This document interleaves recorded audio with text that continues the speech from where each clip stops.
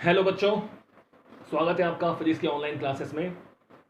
तो बच्चों, हमने लास्ट वीडियो में विद्युत क्षेत्र के बारे में पढ़ा था, तो उस पर एक क्वेश्चन देखते हैं आज। क्वेश्चन क्या है?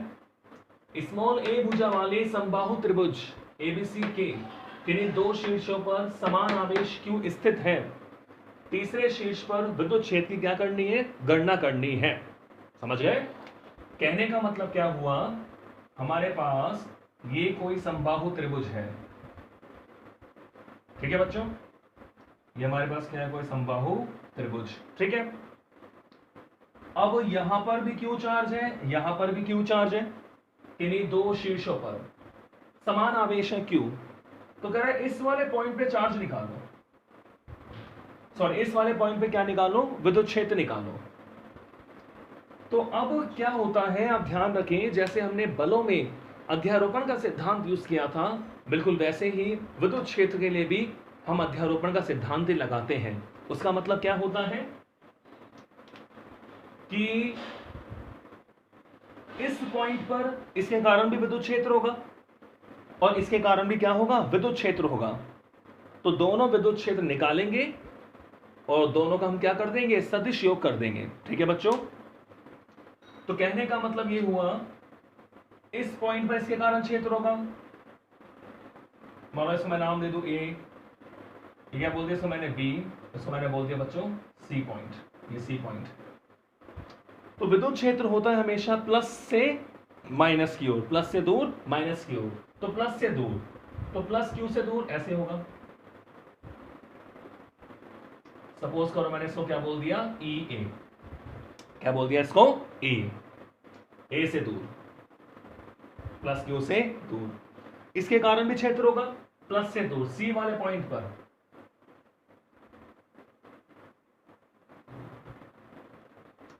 तो इसको मैंने क्या नाम दे दिया? ईबी।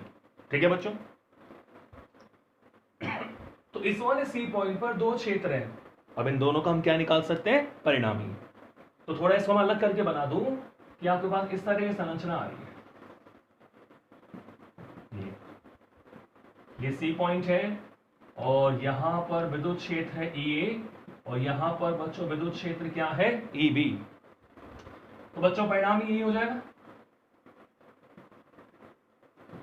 ये परिणामी हो गया, यानी नेट जो विद्युत क्षेत्र होगा ये होगा विकर्ण समांतर चतुर्भुज का नियम। इन दोनों का परिणामी ई नेट होगा। अब आपको पता है समबाहु त्रिभुज है, तो ये एंगल कितना है बच्चों? 60 डिग्री। तो ये भी कितना हो जाएगा? 60 डिग्री, यानी ये एंगल कितना हो गया? 60 डिग्री। तो क्या फॉर्मूला यूज करेंगे? E net is equal to under root E A square plus E B square plus 2EA/EB cos 60 degree. ठीक है बच्चों, दो सदिश हमारे पास इस तरह हो, ये मान लो सदिश P है, ये सदिश मान लो Q है बच्चों, तो ये परिणामी होता है। और ये एंगल कितना होता है दोनों के बीच में? थीटा। तो क्या होता था formula? R is equal to under root P square plus Q square plus 2PQ cos of theta. ठीक है, तो एक सदिश ए, दूसरा ई बी, दोनों के बीच में कोण कितना है? 60 डिग्री। तो E A square P square plus E B square plus 2EAB cos 60 degree. अब बच्चों आपको यह भी पता है कि बिंदु आवेश Q से R दूरी पर यहां पर कितना फील्ड होता है, कितना क्षेत्र होता है? KQ/R square, KQ/R square. तो भुजा दे रखा है क्वेश्चन में, ए भुजा है, ये ए भुजा है। तो बताओ बच्चों, E net is equal to under root E A square. E A का मतलब ए के कारण विद्युत क्षेत्र, इसके कारण विद्युत क्षेत्र, क्यू बिंदु आवेश से ए दूरी पर कितना विद्युत क्षेत्र होगा? KQ/R स्क्वायर, यहां ए स्क्वायर, तो क्या हो जाएगा? Whole square. ठीक है, ए वाला पॉइंट यहां पर हमारे पास सी वाले पॉइंट पर इस क्यू आवेश के कारण क्षेत्र कितना है? KQ/R स्क्वायर होता है, हमने कल पढ़ा है। तो यहां दूरी a है तो k Q upon a square का होल स्क्वायर हो जाएगा। ऐसे बच्चों बी वाले पॉइंट पर कितना चार्ज है, q चार्ज है, दूरी कितनी है, स्मॉल a, तो यहां q से a दूरी पर कितना क्षेत्र होगा, वही k Q upon a square. तो ए बी की वैल्यू कितनी आ गई, के क्यू अपॉन ए स्क्वायर का क्या हो जाएगा बच्चों, होल स्क्वायर प्लस 2, ए की value K Q upon a square, a b की value K Q upon a square. बच्चों cos 60 की वैल्यू कितनी होती है, 1/2, 2 से 2 कट गया।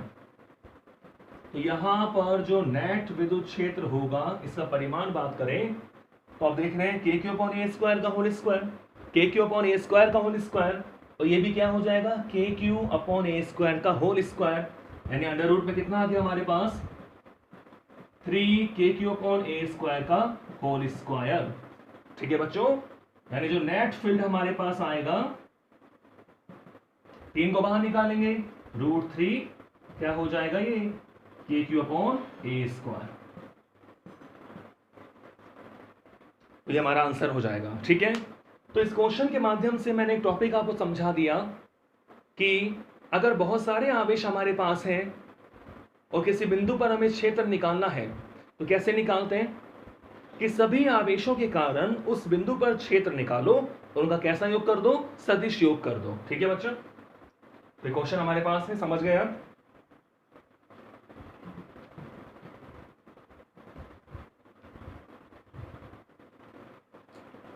अब चाहें तो अपन इसको एक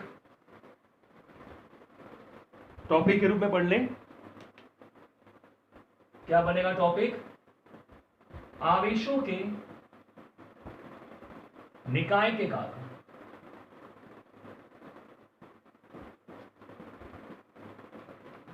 आवेशों के निकाय के कारण विद्युत क्षेत्र।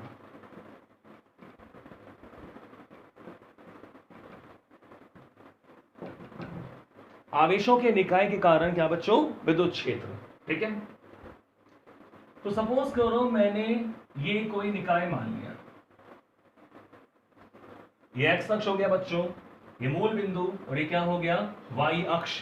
ठीक है, अब सपोज करो मैंने माना भाई ये मेरे पास Q1 चार्ज है, इसका स्थिति सदिश कितना है, R1। ये बच्चों मैंने मान लिया मेरे पास Q2 चार्ज है और इसका स्थिति सदिश क्या मान लिया, R2। और ऐसे मैंने मान लिया कि मेरे पास ये Qn चार्ज है, Qn आवेश है, और इसका जो स्थिति सदिश है वो मैंने क्या मान लिया, Rn। सेम वही है जो हमने बलों में किया था। अब आपसे कहे कि भाई मुझे इस वाले पॉइंट पर, इस P पॉइंट पर जिसका स्थिति सदिश मैंने बच्चों मान लिया R0, इस P पॉइंट पर क्या निकालना है, विद्युत क्षेत्र निकालना है।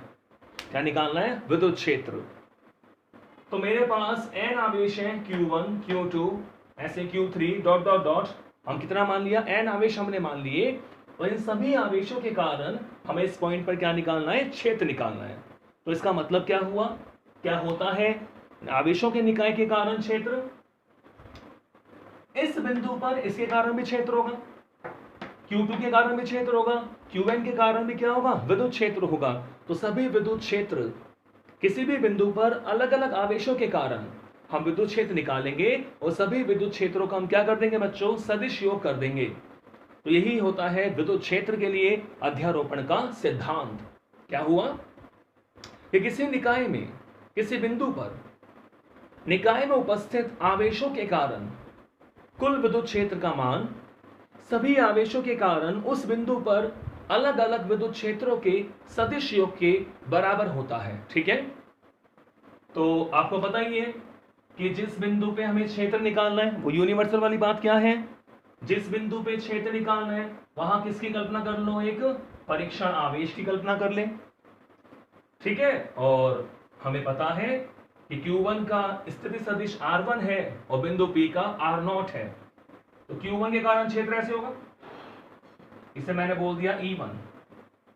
क्या बोल दिया बच्चों, E1 इस डायरेक्शन में। ठीक है, Q2 के कारण क्षेत्र कैसा होगा? Q2 के कारण इस तरह हो जाएगा,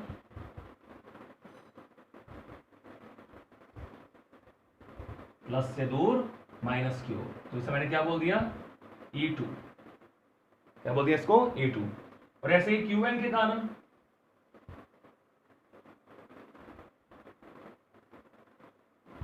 इस Qn के कारण क्षेत्र मैंने बच्चों क्या मान लिया? En। क्या मान लिया इसको हमने? En मान लिया। ठीक है, अब ये तो आपको पता ही है कि Q1 से अगर अपन विद्युत क्षेत्र E1 ले रहे हैं तो दूरी ये लेंगे Q1P। क्या लेंगे? Q1P। तो ये डिस्टेंस कितनी हो जाएगी? Q1 से P तक। अगर E2 निकालोगे तो क्या लोगे? Q2 से P तक। अगर En निकालोगे तो Qn से P तक। तो क्या होगा देखो, नेट विद्युत क्षेत्र E net is equal to E1 plus E2 plus dot dot dot En। ठीक है, तो E1 का मतलब क्या होगा? E1 का मतलब है Q1 आवेश के कारण बिंदु P पर विद्युत क्षेत्र। तो क्या होता है फॉर्मूला? कि Q1 अपॉन दूरी कितनी है? ये R1 है, ये R0 है। तो अब देखो बिल्कुल इसको आप देख सकते हैं, अगर मैं इसको ऐसे बना दूं कि ये मेरे पास देखो मूल बिंदु एक समझ लें आप, ये क्या हो गया? R1। ठीक है, और ये पॉइंट क्या हो गया? R0।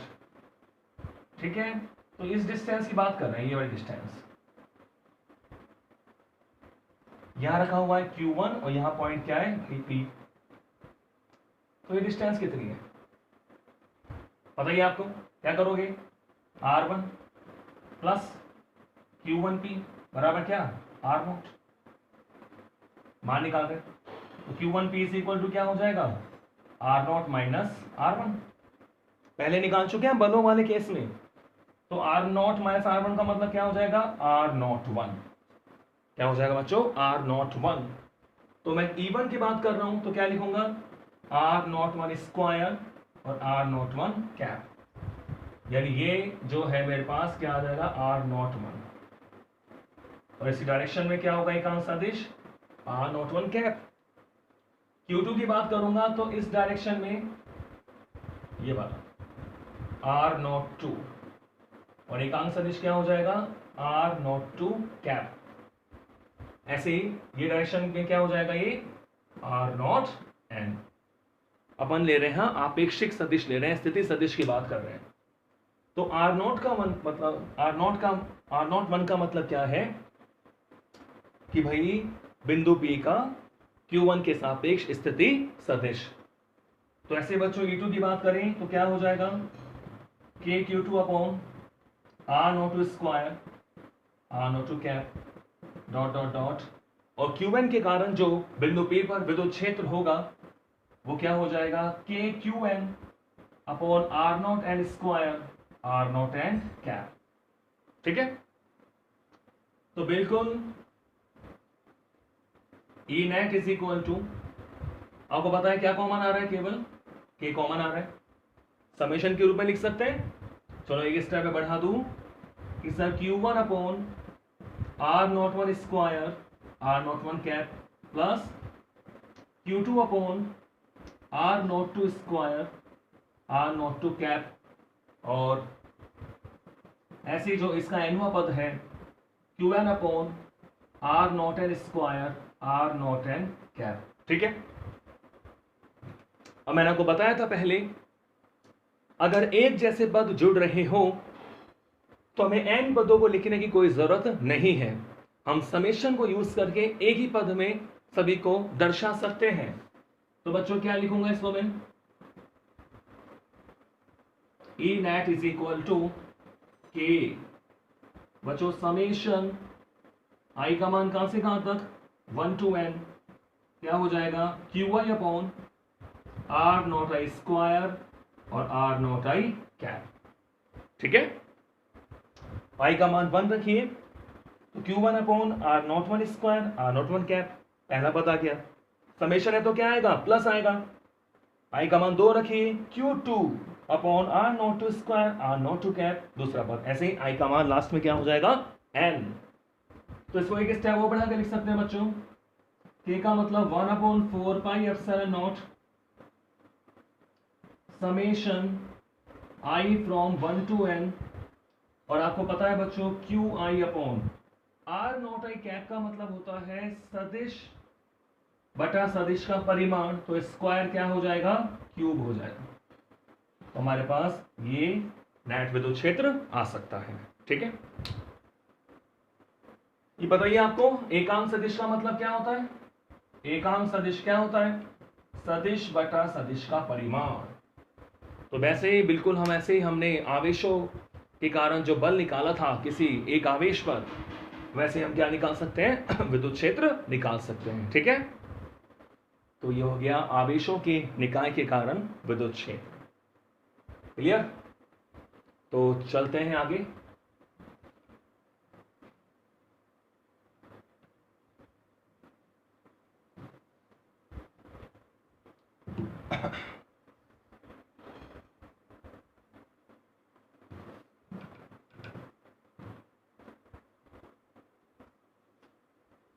अब बच्चों बहुत ही इंपॉर्टेंट टॉपिक अपन स्टार्ट करेंगे, विद्युत द्विध्रुव।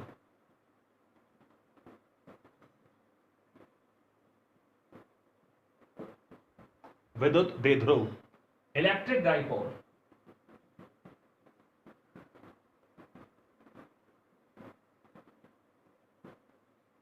विद्युत द्विध्रुव यानी इलेक्ट्रिक डाइपोल। तो बच्चों इसके नाम से देखो, विद्युत, अब विद्युत का मतलब क्या होता है कि सर विद्युत का मतलब होता है आवेश। विद्युत का मतलब क्या हो गया, आवेश।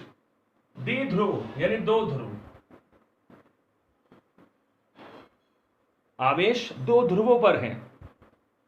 अब दो ध्रुव का मतलब क्या हो गया, एक पॉजिटिव और एक नेगेटिव, ये होते हैं आवेश के दो ध्रुव।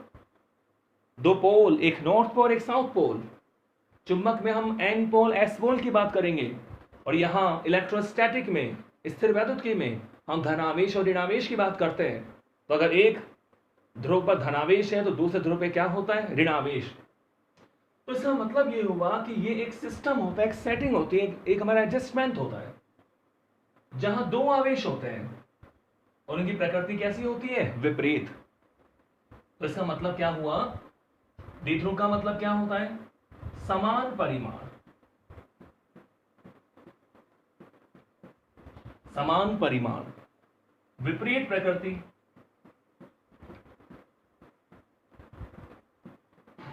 समान परिमाण, विपरीत प्रकृति, दूरी अत्यंत, ये बन गया हमारा द्विध्रुव।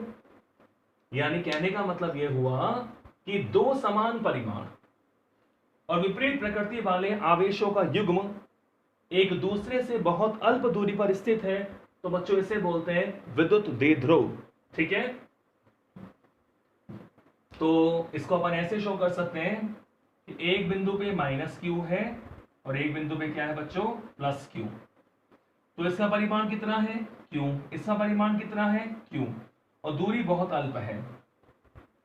तो इस युग्म को, इस जोड़े को, इस एडजस्टमेंट को, इस व्यवस्था को हम बोलते हैं विद्युत द्विध्रुव, इलेक्ट्रिक डाइपोल। क्या बोलते हैं, इलेक्ट्रिक डाइपोल। तो दो समान परिमाण लेकिन विपरीत प्रकृति वाले आवेशों का युग्म जो परस्पर बहुत कम दूरी पर स्थित होता है, उसे बोलते हैं बच्चों विद्युत द्विध्रुव। क्या बोलते हैं, विद्युत द्विध्रुव। तो क्या परिभाषा हो गई, इलेक्ट्रिक डाइपोल की क्या डेफिनेशन हो गई कि दो समान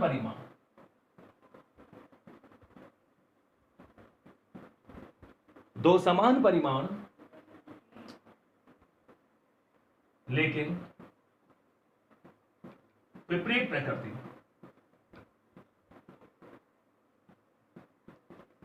दो समान परिमाण लेकिन विपरीत प्रकृति वाले आवेशों का युग्म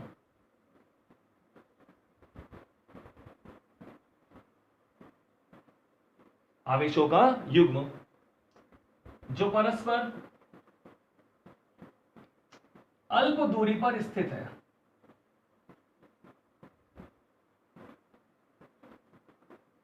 जो परस्पर अल्प दूरी पर स्थित है, तो क्या कहलाता है बच्चों?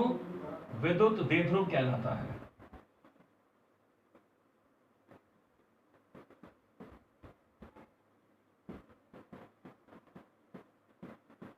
ठीक है, तो विद्युत द्विध्रुव का मतलब है कि एक सिस्टम है हमारे पास, एक व्यवस्था है जिसमें दो समान परिमाण वाले आवेश हैं, लेकिन जिनकी प्रकृति कैसी है? विपरीत। एक पॉजिटिव है, दूसरा नेगेटिव है। जितना पॉजिटिव है उतना नेगेटिव है, और उनके मध्य दूरी क्या है बच्चों? अल्प दूरी है, इसलिए बोलते हैं इसे विद्युत द्विध्रुव। ठीक है बच्चों। अब बच्चों अल्प दूरी से मतलब क्या है? देखो, जो विद्युत द्विध्रुव है वो परमाणु में ही बनेगा, परमाणु में तो बनेगा।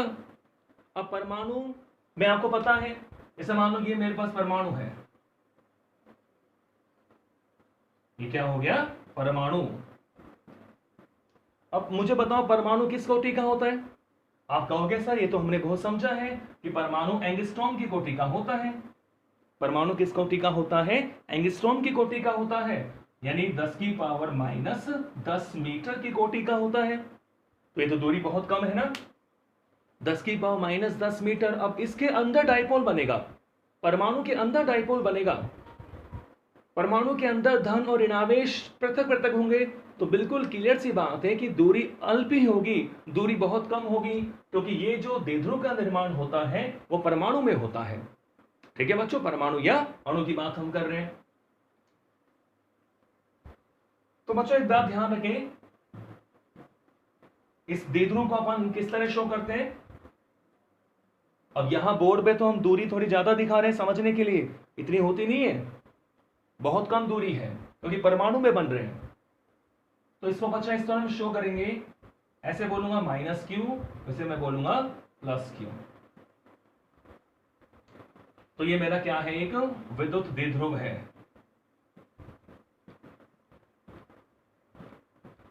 क्या है बच्चों? विद्युत द्विध्रुव है, एक माइनस क्यू एक प्लस क्यू।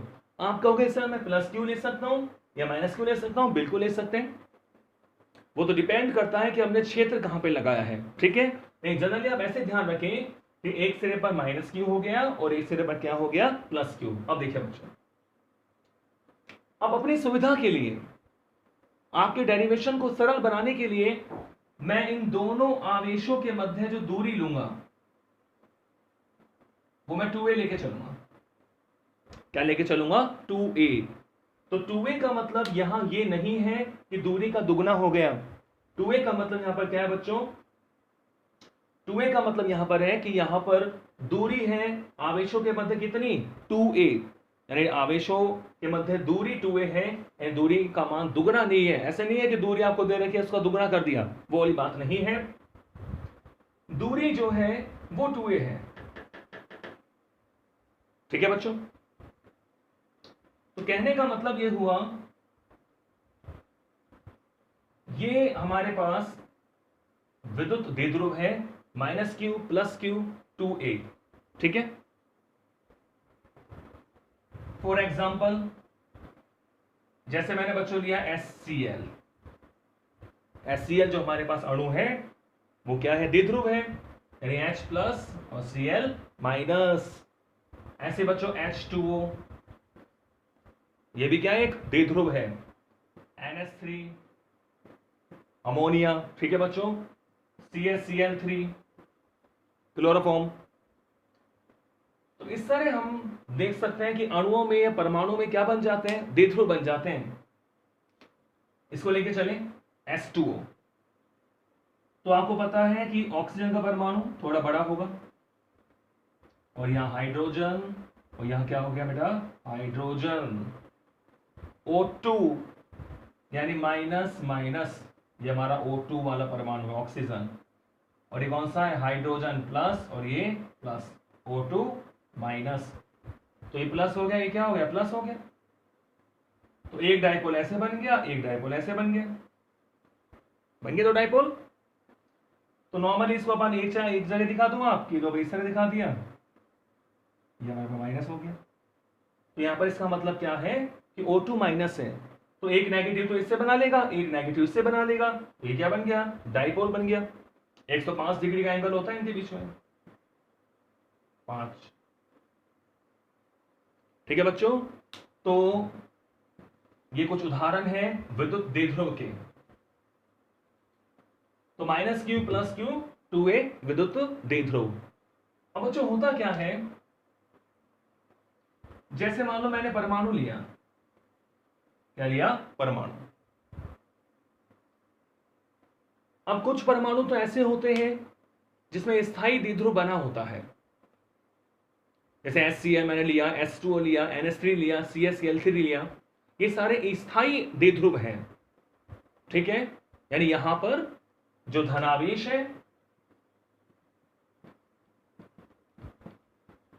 और जो ऋणावेश है,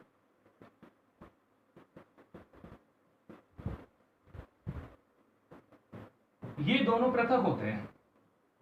धनावेश, या मैं ऐसे बोल दूं, धनावेश व ऋणावेश का वितरण केंद्र, धनावेश व ऋणावेश का जो वितरण केंद्र है, जहां सप्लाई हो रहा है, वो अलग अलग होते हैं। अब अलग अलग होने का मतलब क्या हो गया, प्लस और माइनस। तो अलग अलग हो गए तो क्या बन जाएगा, द्विध्रुव बन जाएगा। तो कुछ अणु ऐसे होते हैं जिनमें धनावेश का वितरण केंद्र और ऋणावेश का वितरण केंद्र संपाती नहीं होते, एक पॉइंट पर कोइंसाइड नहीं होते, यानी अलग अलग बिंदु पर वितरित होते हैं। उन्हें बोलते हैं स्थायी द्विध्रुव। क्या बोलते हैं उन्हें, स्थायी द्विध्रुव बोलते हैं।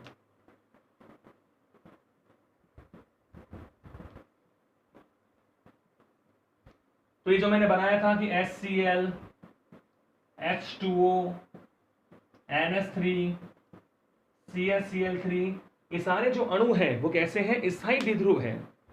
ये बच्चों कुछ ऐसे भी होते हैं जिनमें धनावेश और ऋणावेश के वितरण केंद्र संपाती होते हैं।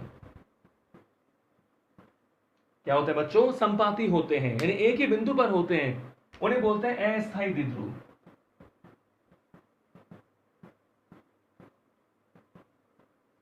क्या बोलते हैं उन्हें बच्चों, अस्थायी द्विध्रुव बोलते हैं, जैसे N2O2 S2। तो अब इसका मतलब क्या हुआ कि अगर मुझे अस्थायी से बनाना है स्थायी, तो देखो समझे, जैसे मैंने आपसे कहा कि मेरे पास ये परमाणु है,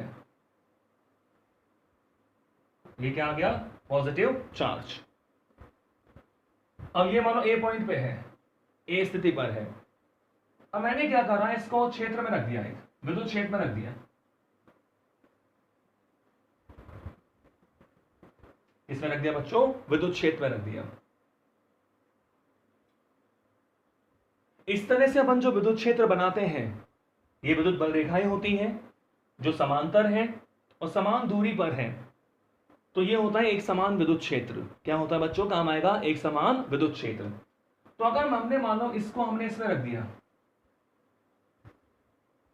इस जहां संपाती था धनावेश और ऋणावेश का वितरण केंद्र जहां संपाती था, उसको मैंने एक समान विद्युत क्षेत्र में रख दिया, तो क्या होगा, देखो बच्चों विद्युत क्षेत्र यहां पर है, तो यहां पॉजिटिव होगा, यहां पर क्या होगा, नेगेटिव होगा, क्योंकि विद्युत क्षेत्र की दिशा कहां से कहां होती है, प्लस से माइनस की ओर। तो बच्चों माइनस की तरफ क्या आ जाएगा, प्लस, और प्लस की तरफ क्या आ जाएगा, माइनस आ जाएगा। समझ गए, यानी हम विद्युत क्षेत्र आरोपित कर जब हम बाह्य विद्युत क्षेत्र लगाते हैं, तो जो अस्थायी वाला है वो भी द्विध्रुव बन जाता है, यानी इसमें भी कुछ द्विध्रुव प्रेरित हो जाता है। माइनस और प्लस अलग अलग हो गए, यानी ये भी क्या बन जाएगा, द्विध्रुव बन जाएगा। तो बिल्कुल आप समझ चुके हैं, एक -q + q, दूरी कितनी है, 2a, इसे बोलते हैं विद्युत द्विध्रुव।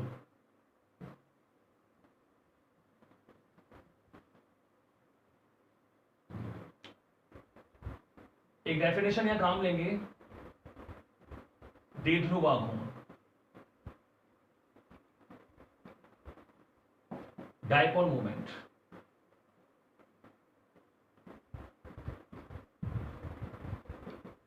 द्विध्रुव आघूर्ण, डाइपोल मोमेंट क्या होता है। द्विध्रुव आघूर्ण का मतलब क्या हुआ जैसे मान लो ये माइनस क्यू, ये बच्चों क्या हो गया प्लस क्यू, और मैंने माना हुआ है कि दोनों आवेशों के मध्य दूरी कितनी है 2a। दोनों आवेशों के मध्य दूरी कितनी ले ली 2a। तो द्विध्रुव आघूर्ण का मतलब क्या होता है, पहली बात तो इसे अपन किससे शो करते हैं p वेक्टर से, ठीक है। द्विध्रुव आघूर्ण को हम किससे शो करते हैं p वेक्टर से, यानी एक ऐसी राशि होती है सदिश राशि। अब देखो द्विध्रुव आघूर्ण का मतलब होता है किसी भी एक आवेश का परिमाण ले लो, तो इसका भी क्यू रहेगा, इसका भी क्यू रहेगा, किसी भी एक आवेश का परिमाण और दोनों आवेशों के मध्य दूरी, किसी भी एक आवेश का परिमाण उन दोनों आवेशों के मध्य दूरी का जो गुणनफल है, ये दूरी हो गई हमारे पास 2a, क्योंकि आवेश तो अदिश है, यहां पर ये विस्थापन मान ले दिशा को देखते हुए। तो जो p बराबर होता है वो होता है q इंटू 2a। परिमाण लेके चले तो p बराबर क्या हो जाएगा q इंटू 2a। द्विध्रुव आघूर्ण का मतलब होता है कि विद्युत द्विध्रुव में से किसी भी एक आवेश का परिमाण ले लो और दोनों आवेशों के मध्य दूरी उसका क्या कर दे गुणा कर दे, तो क्या बन जाता है द्विध्रुव आघूर्ण। तो क्या परिभाषा हुई, किसी भी एक आवेश के परिमाण, या ऐसे लिख दूं विद्युत द्विध्रुव,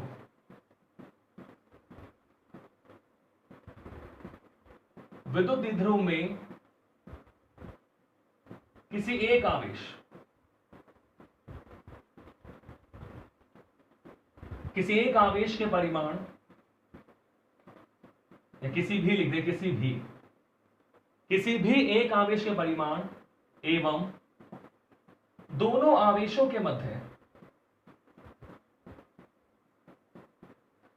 एवं दोनों आवेशों के मध्य, दोनों आवेशों के मध्य दूरी के गुणनफल को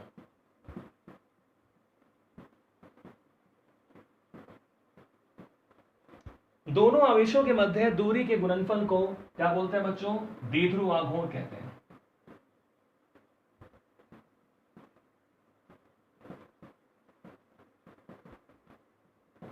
द्विध्रुव आघूर्ण कहते हैं। कैसी राशि होती है सदिश राशि, और इसको हम किससे शो करते हैं p वेक्टर से शो करते हैं। तो p बराबर क्या होता है q इंटू 2a। अब देखो p की दिशा क्या होगी, ये ध्यान रखना इंपॉर्टेंट है। p की दिशा क्या होगी नेगेटिव से पॉजिटिव की ओर। द्विध्रुव आघूर्ण की दिशा होती है ऋण आवेश से धनावेश की ओर, ऋण आवेश से धनावेश की ओर। ये द्विध्रुव आघूर्ण की क्या बच्चों दिशा है, ठीक है। p का मात्रक क्या होगा, p का यानी द्विध्रुव आघूर्ण का मात्रक, आवेश का मात्रक क्या होता है कूलाम, दूरी का मात्रक बच्चों मीटर, क्या हो गया कूलाम इंटू मीटर। द्विध्रुव आघूर्ण का मात्रक होता है कूलाम इंटू मीटर, ठीक है बच्चों। विमा क्या हो जाएगी इसकी, कूलाम की विमा आवेश A1 T1, मीटर की क्या हो गई बच्चों L1, तो इसकी विमा क्या हो गई M0 L1 T1 A1। ये क्या हो गया इसकी विमा डायमेंशन हो गई। तो द्विध्रुव आघूर्ण हमें क्लियर हो गया, किसी भी एक आवेश का परिमाण और दोनों आवेशों के मध्य दूरी का गुणनफल क्या कहलाता है द्विध्रुव आघूर्ण कहलाता है। P बराबर होता है Q इंटू 2a, ठीक है बच्चों। इसकी दिशा क्या होती है ऋण आवेश से धनावेश की ओर, यानी ये डायरेक्शन किसकी हो जाएगी P वेक्टर की डायरेक्शन हो जाएगी। और इसका मात्रक होगा बच्चों कूलाम इंटू मीटर, और इसकी विमा क्या हो जाएगी L1 T1 A1 या M0 L1 T1 A1, ठीक है बच्चों। एक मात्रक और होता है इसका, उसे बोलते हैं डिबाई।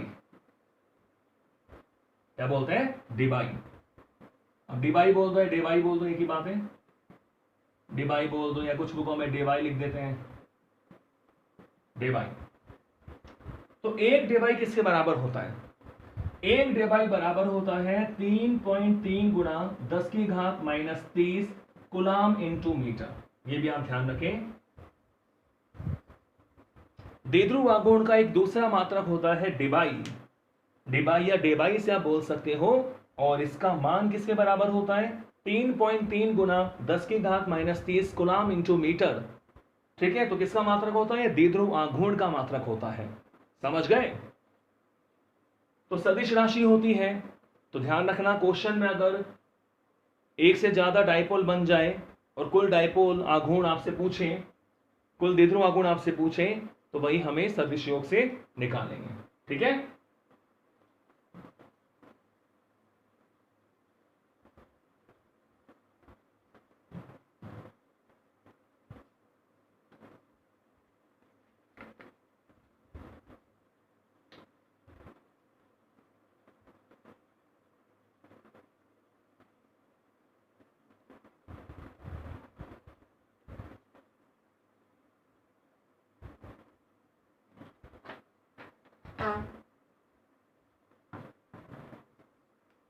ठीक है बच्चों।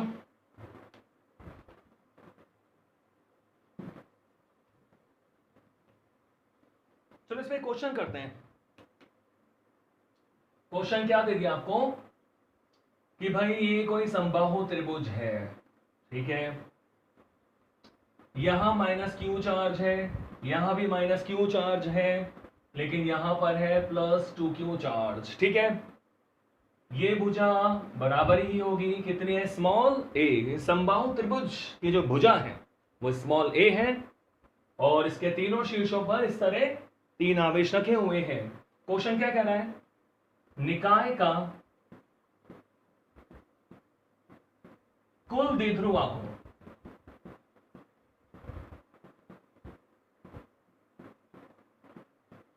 ज्ञात करो।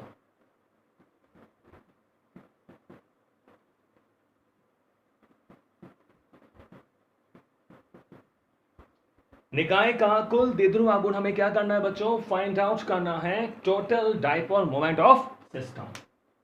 तो कैसे करेंगे? तो बिल्कुल आपको पता लग रहा है, -q + q -q + q कितने डाइपोल बन जाएंगे? 2। तो बिल्कुल आपको दिख रहा है, देखो इस तरह देखें आप, -q ये +q होगा, एक डाइपोल ये बन गया, इसको मैंने बोल दिया P1 -q + q। ठीक है, तो बच्चों ये मेरे पास +2q है, तो +q + +q, तो एक इससे बन जाएगा जोड़ा, तो एक जोड़ा इससे बन जाएगा, यानी इसी तरह भाई -q, तो इसको मैं ऐसे लिख लिया कि यहां मेरे पास +2q था। अब +2q का मतलब क्या है? q + q। +2q का मतलब क्या है? q + q।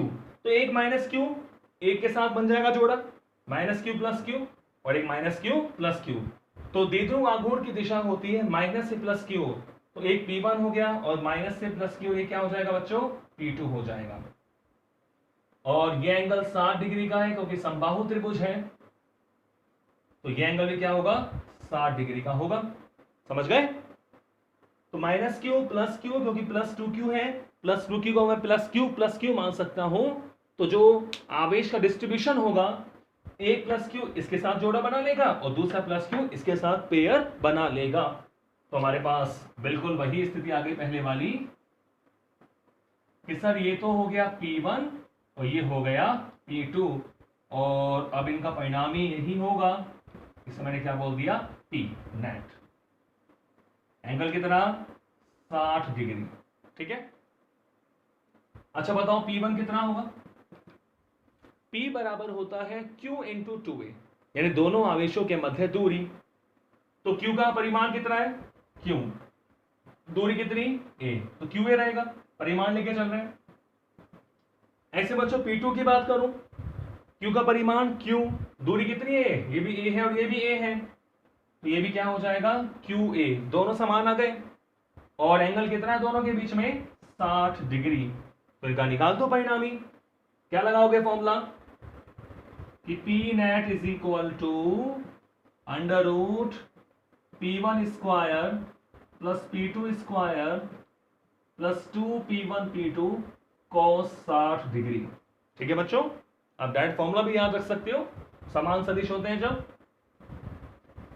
तो P net is equal to क्या आएगा, अंडर रूट P1 स्क्वायर का मतलब QA का स्क्वायर, P2 स्क्वायर का मतलब QA का स्क्वायर प्लस 2 P1 का मतलब QA, और बच्चों P2 का मतलब भी QA, और cos 60 का मतलब 1/2, तो 2 से 2 कट गया, तो QA का होल स्क्वायर प्लस QA का whole square, QA into QA का होल स्क्वायर, यानी हमारे पास जो नेट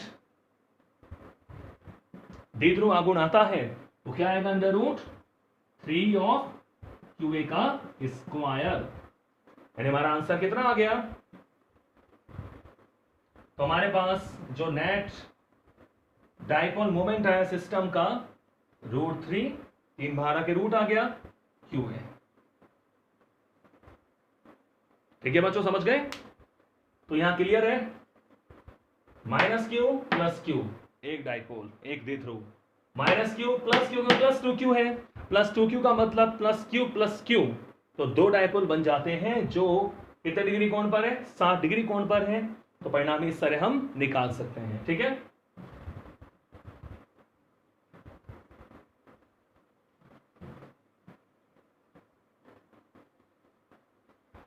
अब बच्चों एक बहुत इंपॉर्टेंट टॉपिक हम पढ़ेंगे जिसमें से क्वेश्चन आता है बोर्ड में एग्जाम कई बार, तो क्वेश्चन क्या है,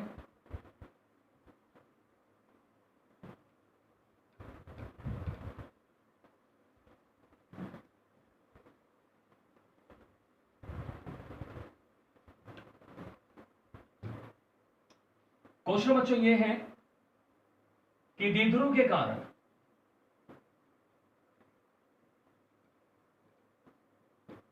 द्विध्रुव के कारण उसके अक्ष पर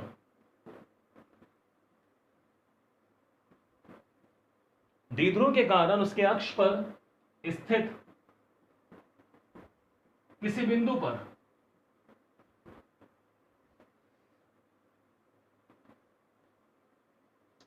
द्विध्रुव के कारण उसके अक्ष पर स्थित किसी बिंदु पर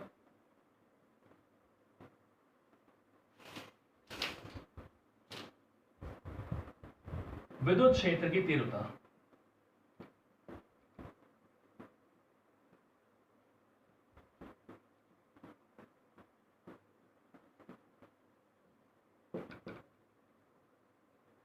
ये क्वेश्चन है वेरी इंपॉर्टेंट। द्विध्रुव के कारण उसके अक्ष पर हमें निकालना है विद्युत क्षेत्र, निकालना है बच्चों। तो बच्चों अक्ष का मतलब क्या होता है, पहले इसको समझ लें आप। अक्ष का मतलब क्या होता है, जैसे मैंने आपसे कहा कि ये -Q और ये बच्चों क्या हो गया, +Q। तो बच्चों ये दोनों आवेशों को मिलाने वाली जो रेखा होती है उसे बोलते हैं द्विध्रुव का अक्ष। ठीक है, दोनों आवेशों को मिलाने वाली रेखा जो है वो क्या कहलाती है, द्विध्रुव का अक्ष कहलाती है। तो ये मैंने अक्ष मान लिया, और सपोज करो यहां पर मैं कोई पॉइंट मान रहा हूं P। ठीक है, ये मैंने मान लिया कि मेरे पास AB कोई द्विध्रुव है, इस तरह AB कोई द्विध्रुव है, और इसका जो मिडिल पॉइंट है वो मैंने क्या मान लिया, O। ठीक है बच्चों, अब मैंने आपको बताया था कि द्विध्रुव के कोई से भी डेरिवेशन में हम यहां पर अपनी सुविधा के लिए दूरी क्या लेके चलेंगे, 2a। अभी आपको पता भी लग जाएगा कि 2a क्यों ले रहे हैं, a भी ले सकते हैं। दूरी हो गई 2a, तो बच्चों दूरी 2a हो गई टोटल, तो ये दूरी क्या होगी, a, ये हो जाएगी a। ठीक है, मैंने मान लिया कि इस O बिंदु से, यानी मध्य बिंदु से जहां मुझे विद्युत क्षेत्र निकालना है वो दूरी कितनी है, r। ठीक है बच्चों, तो क्या माना मैंने माना कि मेरे पास 2a लंबाई का कोई विद्युत द्विध्रुव है जिसके मध्य बिंदु O से r दूरी पर उसकी अक्षीय रेखा पर कोई बिंदु P स्थित है, और जहां मुझे क्या निकालना है, विद्युत क्षेत्र निकालना है। तो बच्चों अक्ष का मतलब क्या होता है, दोनों आवेशों को मिलाने वाली रेखा। यानी आप पॉइंट को यहां भी मान सकते हो, पॉइंट को यहां भी मान सकते हो, यहां नहीं मान सकते। समझ गए? तो अक्ष का मतलब क्या हुआ, माइनस क्यू प्लस क्यू, दोनों आवेशों को मिलाने वाली रेखा, ये बच्चों क्या होती है, अक्ष। ठीक है, ये इसका मध्य बिंदु हो गया, ये तो होता है अक्ष। अब अक्ष के तो लंबवत और मध्य बिंदु से गुजरने वाली रेखा, अक्ष के तो कैसी है, लंबवत, अक्ष के लंबवत, और कहां से गुजर रही है, मध्य बिंदु से गुजरे।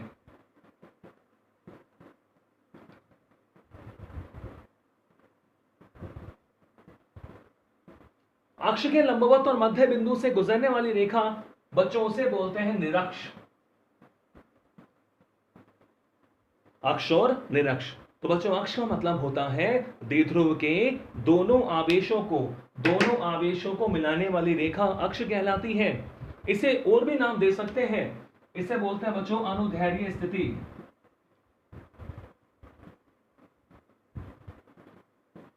ये द्विध्रुव की कौन सी स्थिति होती है, अनुदैर्ध्य स्थिति होती है। और निरक्ष को बोलते हैं अनुप्रस्थ स्थिति, या विषुवत रेखा भी बोल सकते हैं इसको, विषुवतीय रेखा। क्या बोलेंगे बच्चों, विषुवतीय रेखा। तो अभी हमें किस में निकालना है, अक्ष में निकालना है।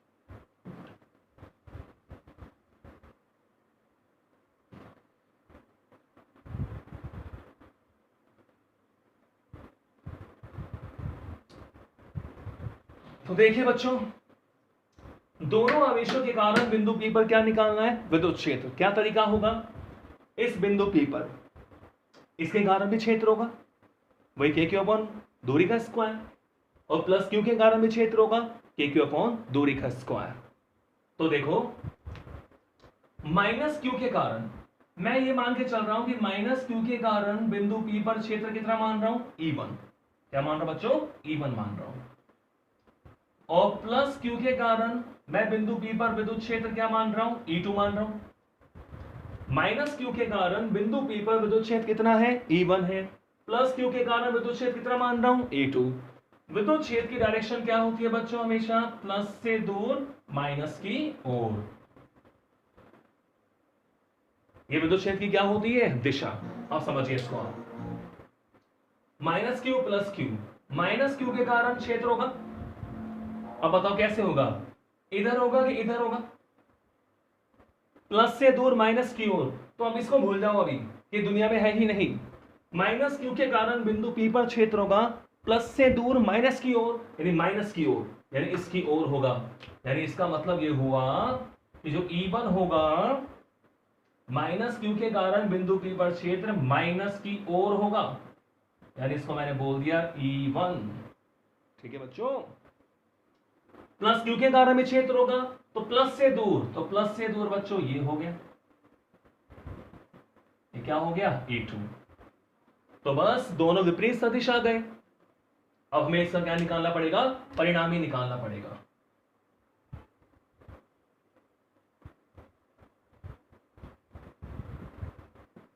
क्या निकालना पड़ेगा बच्चों, परिणामी।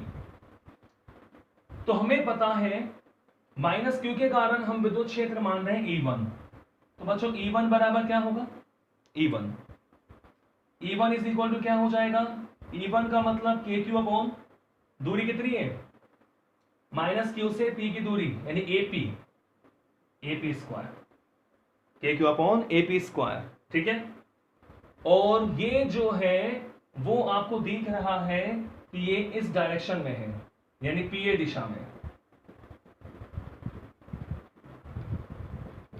कौन सी दिशा में बच्चों, PA दिशा में। तो चलो मैं मान रख के देखूं कि E1 इज इक्वल टू के, सदिश रूप में लेके चल रहे हैं तो आप इसका मान रख सकते हो माइनस क्यू, क्योंकि माइनस क्यू के कारण है, तो माइनस के क्यू अपॉन, अब बताओ AP स्क्वायर।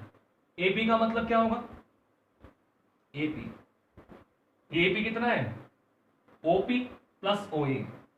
AP का मतलब हो गया OP प्लस OA, दूरी AP लेनी पड़ेगी ना, माइनस क्यू से यहां तक की दूरी AP स्क्वायर, तो ये हो गया OP यानी R और ये A। तो बच्चों OP का मतलब हो गया R और OA का मतलब क्या हो गया A। ठीक है, तो ये हो गया बच्चों R प्लस A का होल स्क्वायर। इसका मैं परिमाण ले लूं, E1 का मैंने परिमाण लिया, तो ये क्या हो गया KQ upon R plus A का होल स्क्वायर। ठीक है बच्चों, और इसकी डायरेक्शन क्या है यहां पर लिख देते हैं समझने के लिए कि भाई PA दिशा में है। कौन सी दिशा में? PA दिशा में। तो इससे मैंने मान लिया क्वेश्चन नंबर फर्स्ट। ठीक है, अब ऐसे E2 की बात करें तथा E2, तो देखो बच्चों प्लस Q के कारण बिंदु P पर विद्युत क्षेत्र E2, तो प्लस Q के कारण KQ, तो प्लस Q से यहां तक की दूरी कितनी है BP स्क्वायर, BP स्क्वायर, और इसकी डायरेक्शन क्या होगी BP दिशा में।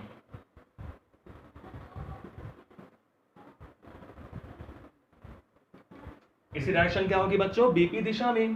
तो कहने का मतलब ये हुआ E2 is equal to KQ, अब BP की वैल्यू कितनी है, BP का मतलब OP माइनस OB, BP का मतलब क्या हुआ OP माइनस OB, ये पूरा OP है, इसमें से OB लेस करोगे तभी तो BP आएगा।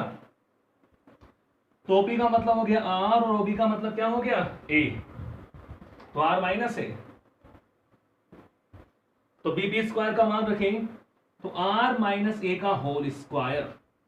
ठीक है बच्चों, BP का मतलब R माइनस A का होल स्क्वायर, तो मैं इसका परिमाण ले लूं तो ये तो पॉजिटिव वैल्यू ही है,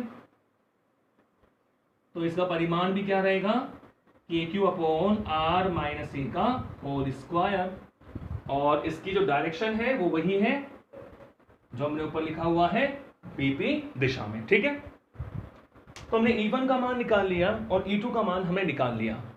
अब हमें टोटल विद्युत क्षेत्र निकालना है, यानी अब हमें परिणामी विद्युत क्षेत्र का मान निकालना है।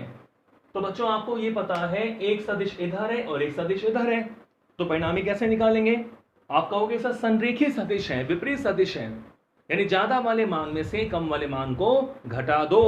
तो बताओ कौन ज्यादा है, E1 ज्यादा है कि E2 ज्यादा है? देखो समीकरण नंबर 1 में देखो बच्चों E1 में आ रहा है KQ, यहां भी KQ, यहां आ रहा है R प्लस A, यानी R में कुछ जुड़ रहा है उसका स्क्वायर हो रहा है, और बच्चों यहां R माइनस A घट रहा है। तो कहने का मतलब ये हुआ कि E2 वाले मान का हर कम है, और हर कम होगा तो ये मान क्या हो जाएगा ज्यादा। तो आपको बिल्कुल दिखाई दे रहा है कि समीकरण 1 व 2 से क्या दिख रहा है बच्चों कि E2 is greater than E1, E2 is greater than E1, इसलिए जो परिणामी विद्युत क्षेत्र होगा E नेट वो क्या होगा कि सर ज्यादा वाले में से कम वाले को घटा दो, और दिशा क्या होती है ज्यादा वाले की तरफ, यानी हमारा जो नेट विद्युत क्षेत्र होगा वो इसी डायरेक्शन में होगा E2 की दिशा में। E2 ज्यादा है ना, तो नेट क्या होगा E2 की दिशा में होगा। ठीक है, और आप देख रहे हैं कि यहां पर जो द्विध्रुव आघूर्ण है माइनस से प्लस की ओर, तो हमारा जो डाइपोल मोमेंट है वो भी इसी डायरेक्शन में P। द्विध्रुव आघूर्ण होता है माइनस से प्लस की ओर, इसका मतलब ये हुआ कि अक्ष पर जो विद्युत क्षेत्र होता है वो द्विध्रुव आघूर्ण की दिशा में होता है। समझ गए? दोबारा देखो E2 का मान ज्यादा है तो नेट विद्युत क्षेत्र जो प्रभावी या परिणामी विद्युत क्षेत्र होगा वो ज्यादा वाले की दिशा में होगा, तो ज्यादा वाले की दिशा में नेट हो गया, मतलब इस तरफ होगा, और जो द्विध्रुव आघूर्ण है वो भी इसी तरफ है माइनस से प्लस की ओर, यानी द्विध्रुव के कारण जो अक्ष पर विद्युत क्षेत्र है वो द्विध्रुव आघूर्ण की दिशा में होगा। ठीक है बच्चों, तो इसमें हम मान रख के देखें कि E net is equal to E2 की वैल्यू कितनी आ रही है KQ upon R minus A का whole square minus KQ upon R plus A का होल स्क्वायर। ठीक है बच्चों, इसे हल करें तो बच्चों एलसीएम लोगे, कॉमन क्या आ रहा है, के क्यू। ठीक है, के क्यू कॉमन ले लिया, इसको बदल लिया है, तो आर प्लस ए का whole square minus R minus A का होल स्क्वायर, और नीचे बच्चों क्या हो जाएगा, आर प्लस ए का होल स्क्वायर और आर माइनस ए का होल स्क्वायर। ठीक है, हल करें इसको कि भाई के क्यू आर प्लस ए का होल स्क्वायर का मतलब R square plus A square plus 2ar, minus बाहर है तो R square minus A square, अंदर आएगा माइनस 2ar, बाहर माइनस है तो प्लस क्या हो जाएगा, माइनस माइनस क्या हो जाएगा प्लस। बच्चों x प्लस वाई और x माइनस वाई होता है X square minus Y square, यानी आर प्लस ए और आर माइनस ए, ये हो गया बच्चों R square minus A square, square है तो क्या हो जाएगा होल स्क्वायर। ठीक है बच्चों, तो बताओ कुछ कट रहा है क्या, आप लोगों से आर स्क्वायर से आर स्क्वायर कट गया, ए स्क्वायर से ए स्क्वायर कट गया, तो क्या बच गया, तो मेरे पास क्या बचा, ई नेट इज इक्वल टू के क्यू। बच्चों 2ar प्लस 2ar कितना हो गया 4ar, 2ar प्लस 2ar कितना हो गया 4ar, और नीचे बचेगा R square minus A square का होल स्क्वायर। ठीक है बच्चों, के Q 4ar, 2ar plus 2ar हो गया 4ar, और नीचे बचा R square minus A square का होल स्क्वायर। अब बच्चों इसको मैं अगर ऐसे लिख दूं कि E net is equal to, देखो के मैं यहां से 2a ले रहा हूं, q इंटू 2a, तो क्या बचेगा यहां पे 2r बचेगा, और नीचे बचा R square minus A square का होल स्क्वायर। ठीक है, अब बच्चों हमें पता है q into 2a, q into 2a होता है द्विध्रुव आघूर्ण p, तो ई नेट हम परिमाण लेके चल रहे हैं तो ये वेक्टर नहीं लगाएंगे, परिमाण लेके चल रहे हैं, तो ई नेट या ई अक्ष पे विद्युत क्षेत्र बोलूं q इंटू 2a का मतलब p, 2 ये रहा, तो क्या बचेगा 2kp, 2kp, एक बचा r, और ये क्या बचा बच्चों R square minus A square का whole square, 2kpr upon R square minus A square का होल स्क्वायर। इसको बच्चों और थोड़ा सरल करें, देखो हमें पता है कि जो परमाणु है उसमें द्विध्रुव बनते हैं तो दूरी बहुत कम होती है, तो 2a बहुत कम है, r बहुत ज्यादा है, अब 2a का आधा तो और भी कम होगा, तो कहने का मतलब ये हुआ a बहुत कम है तो a का स्क्वायर तो और भी बहुत कम होगा, r ज्यादा है तो r का स्क्वायर और ज्यादा होगा, तो कहने का मतलब ये हुआ कि चूंकि r square is greater than a square, r square का मान a स्क्वायर से बहुत ज्यादा होता है, तो बहुत ज्यादा में से बहुत कम को हम घटा दें तो कोई फर्क नहीं पड़ता, तो यहां पर a स्क्वायर को छोड़ सकते हैं। ठीक है, तो a स्क्वायर को छोड़े पर इसको मैं समीकरण नंबर 3 मान लूं, तो समीकरण 3 से किसको छोड़ रहे हैं बच्चों, नीचे a स्क्वायर को छोड़ें तो क्या आएगा हमारे पास, ई अक्ष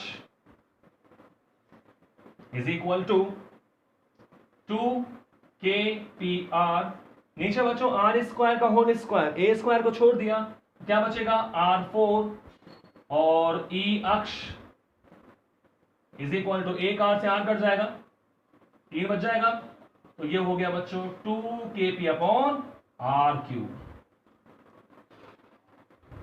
तो विद्युत द्विध्रुव के कारण उसके अक्ष पर कोई बिंदु है जो उसके मध्य बिंदु से r दूरी पर है, द्विध्रुव आघूर्ण p है, तो अक्ष पर कितना विद्युत क्षेत्र आता है 2kp upon r cube, 2kp upon r cube. k स्थिर वैद्युत नियतांक है, p द्विध्रुव आघूर्ण है, और r बच्चों है मूल बिंदु से दूरी। तो अब देख रहे हैं कि r का मान बढ़ेगा तो e का मान क्या होगा, कम होगा, तो e अक्ष बराबर आ गया 2kp अपॉन r क्यूब। ठीक है, आगे बात समझ में? दो आवेश हमारे पास थे, अक्ष में हमें निकालना था, तो उस बिंदु पर दोनों आवेशों के कारण हमने क्षेत्र निकाला। ठीक है, फिर देखा कि दोनों जो विद्युत क्षेत्र है वो संरेखीय है, एक ही रेखा पर है। तो हमने देखा कि भाई E1 E2 में से ज्यादा कौन सा है? E2 ज्यादा है। तो कभी भी दो सदिश अगर संरेखीय होते हैं, विपरीत दिशा में है मान लो, तो हम हमेशा अधिक परिमाण वाले में से कम परिमाण वाले मान को घटा देते हैं, तो हमें परिणामी मान मिल जाता है। तो हमने यहाँ E2 में से E1 को घटा दिया, तो परिणामी हमें विद्युत क्षेत्र मिल गया। मान रखा, सोल्व करा, यहां तक आप पहुंच गए। Q इंटू 2A को मैंने क्या बोल दिया? P बोल दिया। ठीक है, तो अब हमें यहां ध्यान रखना है कि R स्क्वायर जो है वो A स्क्वायर से बहुत ज्यादा होता है, इसलिए समीकरण नंबर 3 के हर में जो A स्क्वायर है उसको अपन छोड़ सकते हैं। ठीक है बच्चों, अब बात करें सदिश रूप की।